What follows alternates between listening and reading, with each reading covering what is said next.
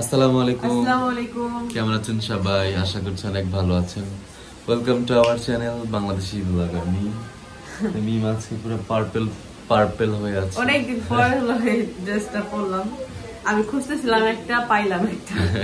তখন অনেকগুলো হয় না, তখন দেখা যায় যে একটা খুঁজতে গেলে তখন আরেকটা নজরে এসে পড়ে, এরকমই। তো আজকের ব্লগটা অনেক বেশি স্পেশাল। তার কারণ হলো প্রায় 2 বছর হয়ে যাবে, আর 2-3 মাস গেলে, 2 মাস বা 3 মাস গেলে আপনারা সবাই জানেন আমার 1 লাখ সাবস্ক্রাইবার হয়েছে তানজিলার বিয়ের সময়। তো অনেকেই কমেন্ট করতেছিল আমাকে, মানে এখনো আসে একটা দুটা কমেন্ট যে আপু তোমার প্লে বাটন কোথায়। তো এই প্লে বাটনের হিস্টোরি অনেক লম্বা চড়া, যে আজ পর্যন্ত আমি আমার প্লে বাটন আমার হাতে কেন পাই নাই বা আপনাদের সাথে শেয়ার কেন করি নাই। সবাই সবার প্লে বাটন দেখাইছে, আমার 1 লাখ সাবস্ক্রাইবার হয়েছে 2 বছর আগে, এখনো পর্যন্ত কেন আমি আপনাদের সাথে শেয়ার করতে পারি নাই। তো বিষয়টা ছিল, আমি হলো মাসুদকে দিয়ে হলো প্লে বাটনের যে অ্যাপ্লিকেশনটা করতে হয় সেটা করাইছিলাম। তো কিভাবে করছে আল্লাহ পাকি জানে।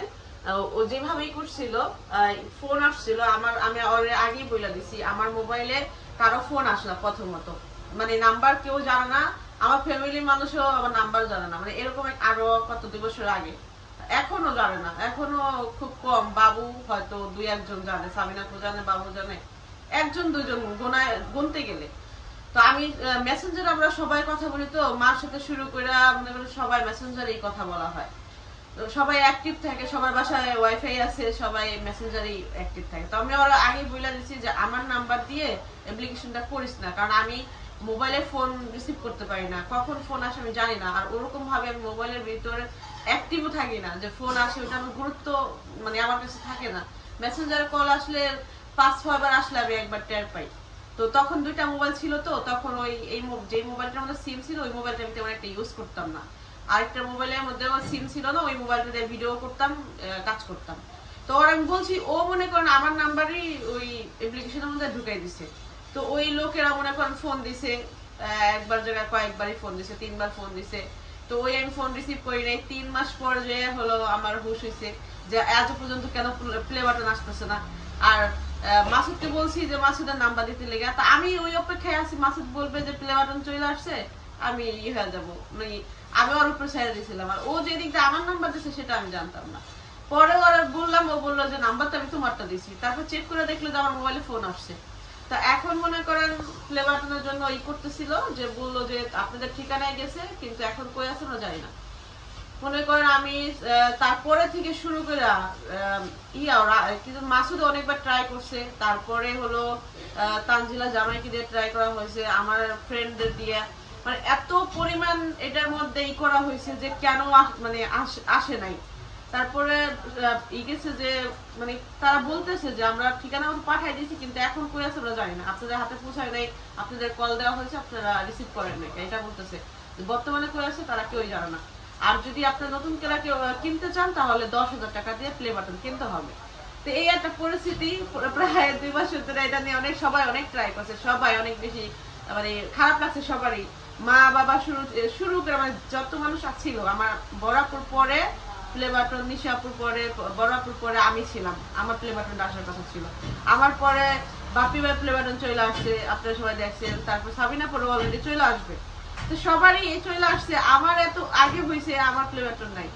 তো ফাইনালি কিছুদিন আগে, এটা হওয়ার আগে প্রায় 2 দিন না 3 দিন আগে যেন আমার ফোন আসছে যে আপা আপনার প্লে বাটন আমাদের কাছে আছে, 10,000 টাকা দিতে হবে, তাহলে প্লে বাটন দেবো। আমি কি ওইটা হলো আমার গিফট আসতেছে, আমি যে জায়গায় কাজ করি ওখান থেকে, আমি কেন টাকা দিয়ে নিবো, মানে আমার একটু পাওয়ার ভয় লেগেছে। বললাম যে না আমি নিব না। তারপরে আবার বলতেছে যে 5,000 টাকা দেন, আমরা আপনার প্লে বাটনটা পাঠাই দিই, এটা তো আপনার শখের জিনিস, স্বপ্নের জিনিস, মানে আমাকে লোকটা পটাইতেছিল। তাই আমি বললাম যে না লাগবো না। আমি কিন্তু ওই 10,000 টাকা দিয়ে প্লে বাটন কিনতেও চাইছি, মানে অনেক ট্রাই করছি, কিন্তু আপা হলো আমার বড় আপু হলো আমার কিনতে দেয় নাই। কেন 10,000 টাকা দিয়ে কেন প্লে বাটন কিনবা, আমার বড় আপা কিনতে দেয় নাই, কেন হলে আমি কিনা ফেলতাম। তারপর আমিও কিনতে দেই না, আমি বলছিলাম তোমাকে দারাজের থেকে এনে দেব, বলছি, কিন্তু বাবু বলছে না দরকার নেই, 10,000 টাকা শুধু শুধু নষ্ট কেন করবা, প্লে বাটনটা ঘরে এনে তো রেখে দিবা। আর আমার কথা হয়েছে, আমি যে জায়গায় কাজ করি ওখানকার একটা জিনিস আমার কাছে থাকবে না, সবাই আমাকে জিজ্ঞেস করে, এটা তো খুবই একটা জিনিস, খারাপ লাগার জিনিস। তা আমি ট্রাই করছি 10,000 টাকাটা কিনতে দেয় নাই। তো ওই লোক যখন বলছে আমি একটু মানে ভাব নিতেছি তার সাথে। তারপরে বললো যে 5,000 টাকা দেই আপা নেন। আমি বললাম যে না, নিবই না, কারণ আমার এটা আমার ইউটিউব থেকে দেওয়া জিনিস, আমার গিফটের জিনিস, কেন আমি টাকাটা দিব। তো দিলাম ফোন কাইটা। পরে আমি রাতে চিন্তা করতেছি, বাবারে বলতেছি যে কালকে আমরা ফোন দিব, বলবো যে 2,000 টাকা দেই, গিফট এইটা প্লে বাটনটা পাঠাই দেন। তো ওইটা আমরা চিন্তা করতেছি, ডিসাইড করতেছি। তো সকালবেলায় দেখি আরেকটা ফোন আসছে। তো বলতেছে যে আপা আপনি প্লে বাটনটা দিলেন না। বললাম যে আমার তো কালকে ফোন দিয়েছেন, অনেকবার বলছেন, আমি কিন্তু নিব না, আমি না করে দিছি। কয় আপা আমি বলছি কি, যেহেতু আপনারা কিনছেন, তারা বলতেছে যে আমরা একটা জিনিস কিনছি, এটা আমাদের খরচ হয়েছে, এটা ওটা হ্যান ত্যান বলতেছে। তো আমি বললাম যে যেহেতু আপনারা কিনছেন, তো আমি খুশি হয়ে আপনার 1,000 টাকা দিতে পারি। তো সে বললো কি 1,000 টাকা না আপা 1,500 টাকা দিন। আমি বললাম যে ঠিক আছে। আমি যেহেতু 10,000 টাকা কিনতে চাইছি আমার প্লে বাটন, যেহেতু আমার বিষয়টা হচ্ছে ওনারা এটা কিভাবে পাইলো, হ্যাঁ এটাও তো একটা বিষয়। ওনারা এটা পাইলো হইলো এইভাবে যে গুগল থেকে বা দেশের বাইরে থেকে যদি কোনো গিফট আসে কারোর মাধ্যমে, তখন হচ্ছে কি কোনো একটা কোম্পানি এগুলো লটে কিনে রাখে, হ্যাঁ রিসিভ করা না হয় বা বাই এনি চান্স ইয়ের কাছে না যায়, তখন তারা হচ্ছে গিয়া তাদের কাছে অ্যাড্রেস থাকলে তারা সেই অ্যাড্রেস অনুযায়ী পৌঁছায় দেয় ট্রাই করে দেওয়ার জন্য। তো এই আমি রিসিভ করতে পারি না বিদায়, তারা কিনে নিয়েছে, তাদের থেকে আমি আবার 1,500 টাকাটা আনছি। এটা আমি খুশি হয়ে দিছি, কারণ আমি 10,000 টাকা কিনতে চাইছি যে জিনিসটা আমার, এই জিনিসই আমার ওখান থেকে পাঠাবে, কিন্তু 10,000 টাকা দিতে হবে, মানে গুগলের মাধ্যমে অ্যাপ্লিকেশন করলে আমার কিনে নিতে হবে, দ্বিতীয়বার আবার নতুন করে আসবে, নতুন করে আমার। তারপর হলো ওই লোকে বললো মনে হয়, আমি বললাম ঠিক আছে ভাইয়া, যেহেতু বললেন যে সে আবদার করলো 500 টাকা, তো বললাম যে ঠিক আছে 1,500 টাকা। তারপরে 2 দিন পরে হলো আমার এই স্বপ্নের প্লে বাটন চলে আসছে। তো এইটা এখনো পর্যন্ত কেউ জানে না, একজন না দুজন দেখে ফেলছে অলরেডি, আমার ওই ইয়ের উপরে ছিল তো, বাপি ভাইয়া দেখে ফেলছে। আর আমি নাকি জন্য সাবিনা করে বলে দিচ্ছি, কারণ সাবিনা সবসময় পাশে থাকে, আর এত খুশির একটা জিনিস তার না, মানে একজনে না বললে একটু বেশি হয়ে যায় না। কিন্তু আমি চাইলে রাখতে পারতাম মনের মধ্যে যে আমি এটা পরে দেখাবো সবার সাথে, কিন্তু বাড়িতে এতবার ট্রাই করছি, বাড়িতে নিয়ে যাবো ভুলে যাই। মানে আমার কথা হয়েছে, সবাই কিন্তু আমার এই জিনিসটার জন্য সবার মনে একটু খারাপ লাগতো, সবাই আমাকে জিজ্ঞেস করতো তার প্লে বাটন, মা জিজ্ঞেস করতো, আব্বা জিজ্ঞেস করতো, সবাই যে সবারটা দেখলাম তোরটা কই। এটা নিয়ে অনেক আলোচনা হইতো যে আমার আসলে এই অবস্থা, আমি আনতে পারি নাই কে, সবাই একটু কষ্টই পেতো যে আহারে বেচারা, মানে আমার বেচারা মনে করে কষ্ট পেতো। তো যাই হোক, আমি খুশি হিসাবে মানে এটা দেখাবো যে আমি কতবার ট্রাই করছি, বাড়িতে নিয়ে যাবো, মনে থাকে না, সবাই একসাথে হবে। আমার নিয়েছিল যে বড়াপুরা আসবে, সবাই আসবে, সবাই সারপ্রাইজ দেবো। আপা এখনো জানে না, অনেক মানুষই জানে না, মা জানে না, কেউই জানে না, শুধু 2-1 মানুষ জানে।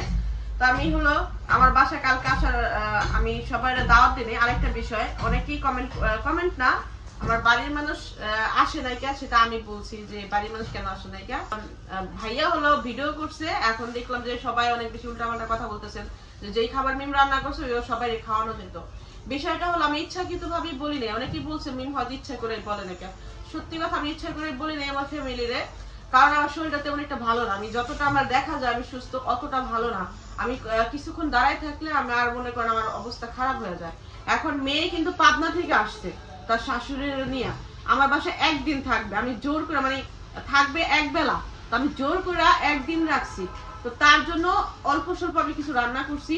দ্বিতীয়ত আমি যাই রান্না করছি আমি একটু বেশি করে রান্না করে সবাই খাওয়াইতে পারতাম, কিন্তু আমি চাইছি যে মেয়েটারে, আমার বাসাটা কিন্তু খুবই ছোট, আর বাচ্চা কাচ্চা যদি রুমে থাকে মনে করেন কি যে অবস্থা করে, এত বাড়িতে, এত বড় বাড়ি আমাদের, তা দেখেন যে বাচ্চা কাচ্চার জন্য চিল্লাপাল্লার জন্য সুস্থ থাকা যায় না। আর আমার ছোট্ট একটা বাসা, আর 2টা বাচ্চা একদম নিউবর্ন, আমার বাচ্চা তানজিলের বাচ্চা দোনোটাই কিন্তু ছোট, তার মধ্যে আমার এখনো শারীরিক ভাবে আমার একটা প্রাইভেসি লাগে, 2 ঘন্টা 3 ঘন্টা প্রাইভেসি লাগে। তো ওই বাচ্চা কাচ্চা সবাই থাকলে ওই সময়টা মানে পাই না আমরা। তানজিলারও দিতে পারবো না, তানজিলা 1 দিন আমার কাছে থাকবে।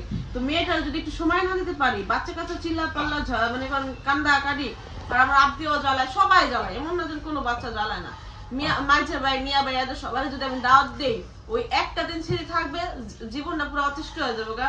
ওই মেয়েটারও সময় দিতে পারবো না, আমি নিজেও সুস্থ থাকুন না, মানে অবস্থা খারাপ হয়ে যাবে। আমার ভাইরা এখানে আছে, আমার মা আছে, সবাই এখানে আছে। আমি সুস্থ হইলে তাদেরকে যখন তখন আমি দাওয়াত দিয়ে খাওয়াতে পারবো, আমার কথা যেটা। তো মেয়ে আসছে, মেয়ের সাথে একটু সময় কাটাবো, সেই জন্য আমি তাদেরকে বলি না এটা। তো সেই কারণে মনে করেন আপারা ফোন দিছে, আমি আপারা ফোন দিছি, পাশে থেকে শোনা গেছে যে আমার বাড়ির কেউ দাওয়াত দোষ নাই, এই জন্য আসি নাই। এটা অবশ্য আপু দুষ্টামি করে বলছে, এটা ওরকম ভাবে বলে নাই। কিন্তু মিয়া ভাই আমার ভিডিও করছে আমার মারে নিয়ে, বাবারে নিয়ে, তো এই জন্য আমাকে খারাপ খারাপ কমেন্ট করতেছিলেন। অনেকেই বলতেছিলেন যে না, মিম হয়তো ইচ্ছাকৃত ভাবে বলে নাই। আবার অনেকেই বলতেছিল মিম চাইলে কিন্তু ওই জিনিসগুলো দিয়ে খাওয়াতে পারতো, মানে উল্টাপাল্টা কথা বলতেছিলেন। তো এই জন্য আমি ক্লিয়ার করলাম, মেয়ের শুধু সময় দিব, সেই কারণে সবাইকে দাওয়াত দিই নাই। বাচ্চা কাচ্চা একটু জ্বালায় বেশি, আমাদের ভাইয়াদের, তারপর আমাদের সবার বাচ্চা প্রচুর পরিমাণ জ্বালায়। ছোট্ট বাসা তো, আর বিল্ডিং বাসায় এই মনে করেন অতিরিক্ত জ্বালায়। আর আমাদের ওই বেডরুমে ওরা বেশি জ্বালায়, মানে তানজিলার যে একটা সময় দিব ওইখানে ওদেরকে ধাক্কায় সরানো যায় না। আর দরজা তো লাগানোই যায় না, আমরা তো দরজা কখনো লাগাই না। বাচ্চা কাচ্চা ঘরে থাকলে কে দরজা লাগায়? তো দরজা লাগানোর কোনো অবস্থাও থাকে না, প্রাইভেসিরও দরকার। সবকিছু মিলে আমি বলি নাই, এই জন্য হয়তো অনেকের এই মাইন্ড মানে খারাপ লাগছে। তো এটা খারাপ লাগার কিছু নেই, আমার পরিবার এই জায়গায় আছে, আমি সুস্থ হইলে যখন তখন তাদের দাওয়াত দিয়ে খাওয়াতে পারবো। আর এখন হলো আমি সাবিনাপুদের বাসায় যাবো। সাবিনাপু আমার দাওয়াত দিচ্ছে, আমি বলছি না আমার শরীরটা ভালো না, কালকে আমি রান্না করে আমার অবস্থা খারাপ হয়ে গেছে। তো আমি বলছি যে আমার অবস্থা খারাপ হয়ে গেছে, আমার একটু সময় লাগবে সুস্থ হইতে। আমি যদি শরীর ভালো থাকে আর যদি আমার মনটা ভালো হয় তাহলে আমি যাবো। মানে আমার শরীর ভালো হলে কিন্তু মানুষের মন ভালো থাকে, তাহলে যদি ভালো লাগে তাহলে আমি যাবো, এটা বলছি। তো বিকেলবেলা শুনলাম যে সবাই আসবে, তাও আমি জানতাম না ওই বাসায় সবাই আসবে। তো সবাই আসছে শুই না, তো আমি ভাবলাম যে যেহেতু সবাই আসছে, মা বাবা বোনরা সবাই আসছে, তাহলে আমি পিলে বাটনটা নিয়ে যে দেখাও করে আসি। আর এটা তাদের যে এতদিনে একটা খারাপ লাগা ছিল ওইটাও তাদের কাছে শেয়ার করে আসি। তো এই জন্য আমরা দুজন রেডি হয়ে গেছি। আরেকটা বিষয় হলো তানজিলার ছেলের স্ট্রলারটা হলো আমাদের বাসায়, তানজিলা হলো কালকে চলে যাবে পাবনাতে, তো এইটাও আমাদের নিয়ে যেতে হবে। ও বলছে যে আইসা দেখা করে যাবে আর এটা নিয়ে যাবে, তো ওর কাছে সময় নেই, চলে যাবে যেহেতু। তো ভাবলাম যেহেতু আমরা যাইতেছি তাহলে নিয়ে যাই। তো এইটা নিয়ে যেতেছি, এটা আমি এখন লুকাই নিয়ে যাব ব্যাগের মধ্যে, আর তানজিলা ছেলের স্ট্রলারটা নিয়ে যাব। তো চলো যাই। তা আপা হলো সাবিনাদের বাসায় গেছিল, সাবিনার বাসা থেকে আসলো। আর এইখানে দেখেন আমার আবদিয়া দিক তাকাও তো, তোমার ড্রেস কে বানাই দিছে? আন্টি। তো এই ড্রেসটা হলো আপা হলো সাবিনাপুদের বাসায় গেছিল, ওইখানে মিশিং আছে। তো সে এই কাপড় কি কিনে আনছিল নামনে? আপা হলো ঘরে ছিল, আমার কাছে আসছিল, জানলে তো আমি ওই কাপড়ও দিতাম তোমার। আপার নিজের হাত দিয়া আবদিয়ারে এই ড্রেসটা বানাই দিচ্ছে। দেখেন ড্রেসটা খুবই সুন্দর, আবদিয়া খুব খুশি হয়েছে। তো পয়রা মনে করেন সে ব্যাগ নিল, তারপর চশমা নিল, তার আপুর দেওয়া ক্লিপ পরলো। তো সে এখন হলো আমাদের সাথে যাবে। আবদিয়ার হলো ঠান্ডা জ্বর লাগছে, ইদানিং ভাইরাস একটা জ্বর আসছে বাচ্চাদের, সবারই, বাচ্চাদের না বলতে বড়দেরও, মানে শরীর প্রচুর পরিমাণ খারাপ হয়ে যায়। আমারও হয়েছিল কিছুদিন আগে, বাচ্চাদের সবাইরই হয়েছিল কম বেশি। তো আমাদের ইকরার হলো রাইখা যেতেছি, ইকরার খাওয়াই দিছি, ঘুমাইছে, ঘুম পাড়াই দিও। আমরা হলো এখন যাইতেছি 10 মিনিট আধা ঘন্টা বেশি হইলো, চলে আসবে এখনই। চলো ব্যাগগুলো হ্যাঁ যাও।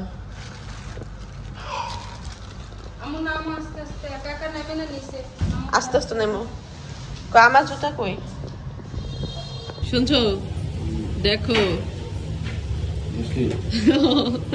ছাতা না আর সময় নিয়ে আসছে, এখন একটা ব্যাগ নিয়ে আসো, এটা রাখো এখানে। আর এইখানে দেখেন ঝিরি ঝিরি বৃষ্টি হইতেছে, অনেক বৃষ্টি হইতেছে না, ঝিরি ঝিরি বৃষ্টি হইতেছে। হ্যাঁ মো নাও রাখো, ব্যাগ নিয়ে আসো। তাপ দেওয়া হলো আমাদের সাথে যাবে, সেই জন্য আবদিয়ারও নিয়ে আসলাম। আমরা শুধু জায়গা দেখা করে চলে আসবো। এখন প্রায় 5টা বাজে, বেশি অনেক মানে সন্ধ্যা হয়ে যাবে কিছুক্ষণ পরে। এই জাজিরায় আজকে প্রথম রিক্সা দেখলাম, আর প্রথম না দ্বিতীয়বার রিক্সা দেখলাম, দ্বিতীয়বার রিক্সা উঠবো, সরি মানে রিক্সা মধ্যে দেখছি কিন্তু অতটা খেয়াল করি নাই, উঠবো দ্বিতীয়বার। কারণ হয়েছে একবার রিক্সা দিয়ে আমি বাড়িতে গেছিলাম, কোমর ব্যথা হয়ে গেছিল, এই জন্য রিক্সা এখানে উঠি না। প্রথম তোমার লাগে প্রথম রিক্সা ঢাকা গেছে রিক্সা, অনেক মজা পাওয়া যায়। কিন্তু এখানে আমি 1 ঘন্টা রাস্তা ঢাকা হচ্ছে কি মানে অল্প অল্প জায়গায় আমাদের ঢাকার রাস্তা তো অনেক ছোট ছোট রাস্তা, কিন্তু আমরা হাঁটতে চাই না, কি জন্য আল্লাহ জানে। হ্যাঁ, যেমন নিউ মার্কেট, যেমন আমাদের সাবিনা আপার বাসা থেকে আমাদের বাসা 2 বার যাইলে আসলে কিন্তু নিউ মার্কেট হাঁটা হয়ে যায়। হ্যাঁ, কাছাকাছি। এজন্য কিন্তু আমরা নিউ মার্কেট কখনোই হাইটা যাই না, সবসময় রিক্সা। আমরা গেছি, অর্ধেক গেছি, আপনারা গেছি। এই হচ্ছে কি ঢাকার গ্রামের অবস্থা। এই হলো রাস্তা সাবিনাপুর বাসার সামনে। এখান থেকে 2 মিনিট লাগে, 2 মিনিট লাগে না, 1 মিনিট লাগে আমার বাসা থেকে বাইকে আসলে, আর হাইটে গেলে 5 মিনিট। আর সেই রাস্তায় এই নাই, মানে যে রাস্তা ঠিক করতেছে, আরো রাস্তা আছে আরেক পাশ দিয়া, ওইটা আমার মনে হয় ভাঙাচুরা রাস্তা, তো ওদিকটা সময় লাগে বেশি। তো আমি ইচ্ছা করে ওদিকটা গেলাম না, এদিকটা একটু হাঁটা লাগবো, হাইটা হাইটা যেতেছি। ওদিকটা হলো মনে করেন ভাঙ্গা, তো মানে খারাপ লাগে। যাও কিসে? ও জুতাটা উল্টা বসে তো আপনি না? এটা করো, এটা করো। এই তো গুড। এবার ওই পায়। শাবাশ। যাও উপর দিয়ে উঠে যাও, আপনি উপর দিয়ে উঠে যাও।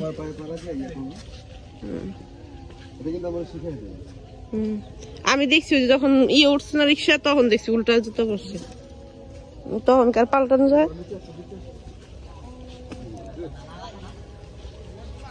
5 মিনিটের বেশি আমি হাঁটলাম, আর ওটা বাইরে যায় মানে নিঃশ্বাস নিতে আমার কষ্ট হয়। এই যেখানে মনে হয় 3 মিনিট হাঁটছি, 5 মিনিটও হয় নাই, আমার মানে নিঃশ্বাস বন্ধ হয়ে যেতেছে। আর বাড়িতেও কিন্তু গেছিলাম, এই ইয়ের কারণে চলে আসছে, আমার শরীরটা ভালো না। দেখতে দেখা যায়, অনেকেই বলে যে দেখতে মানে আমি একটু একটু কাজ করি, তো অনেকেই বলে যে আমি অনেক বেশি সুস্থ। আমার দেখা মনে হয়, আমি অ্যাক্টিভিটি দেখা মনে হয় আমি সুস্থ, কিন্তু যতটা দেখা যায় অতটাও সুস্থ না আমি। এখন কিটা হবে, আমি কিভাবে যাব? আমি অনেক কষ্ট করে তো আসলাম, যাম কেন আমি? দাদা আটকে গেল। এটাও না, এটা দেবো না, এটা না, এটা ভারও অনেক, বুঝলা? আমার হাতটা ব্যথা হয়ে গেছে। কোন জায়গায় এটা? হাত ধরো, গাতটা দিই।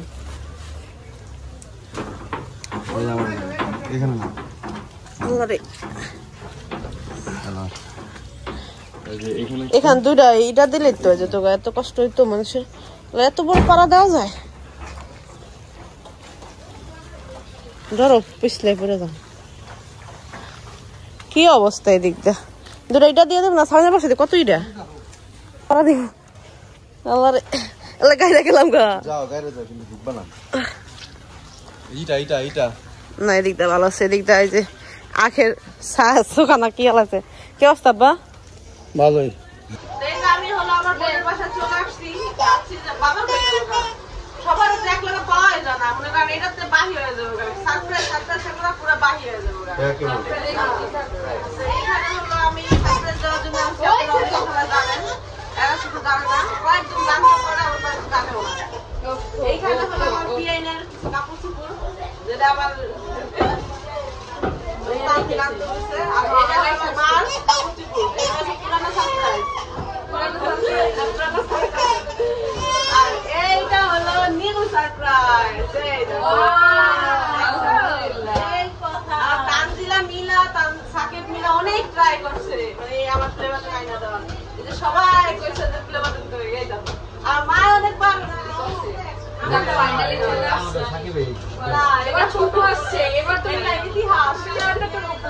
এটা এই যে আল্লাহ এনে দিছে আমগো। আগেরটাই প্রথমটা। এটা ম্যাজিক।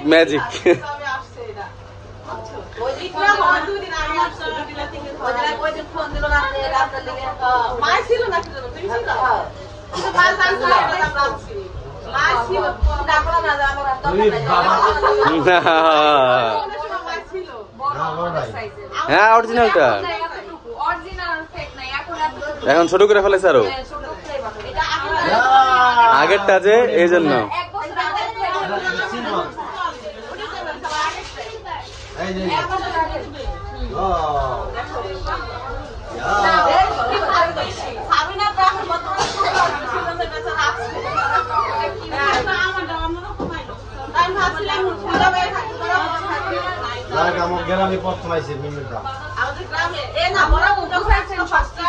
তখন সবাই একবার ছোঁয়া ছোঁয়া ধরছিল, মনে হয় যে স্বর্ণ ধরছিলাম আমরা সবাই।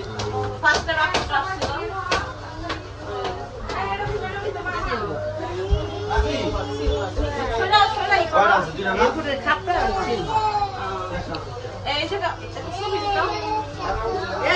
কি এটা ভিডিও করার লিগে আছে?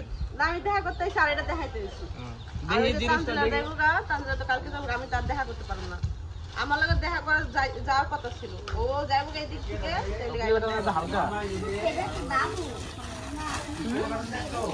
প্যাকেট থেকে বের করছেন? হ্যাঁ বের করছি, বের করছি না, ওটা কিছু বের করা নাকি আমি প্রথম দেখাল না দিতেও পারে বাবা। তুমি কি আয়না দেখতেছো? ঠিক আছে। আমি ভাবছিলাম গাড়ি দিয়ে দেবো তানজিলা, তানজিলা এখনই দিতেছে।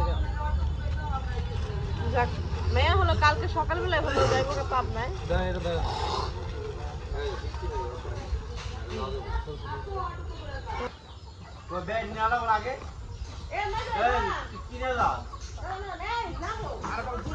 আমি কোনদিন দেই না পিপা ছাড়া।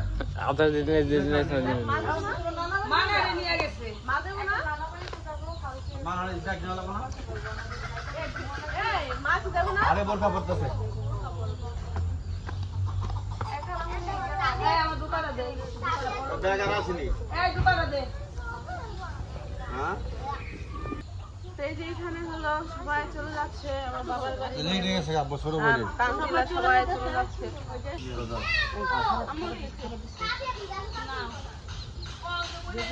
দিব তো করো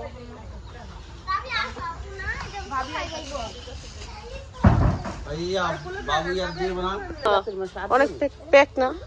এটা কি রে? না আমি মনে করছিলাম আমাকে কেউ পিচ্ছি, এই কেদার মধ্যে পিচ্ছি কই থেকে আইলো? তাবিয়ার হে জামানি চটনি।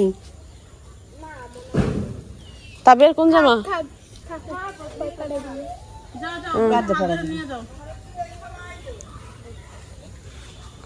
সবাই গেল। এই যে আছে মা আছে, তুমি যাও না, গাড়িতে ছেড়ে দেবো, রাগারাগি করবো কিন্তু। এত মাস আসবো না তো। তাহলে কোন গাড়ি আনছো? ভাইয়ারা অন্য গাড়ি হ্যাঁ? যাবো গা।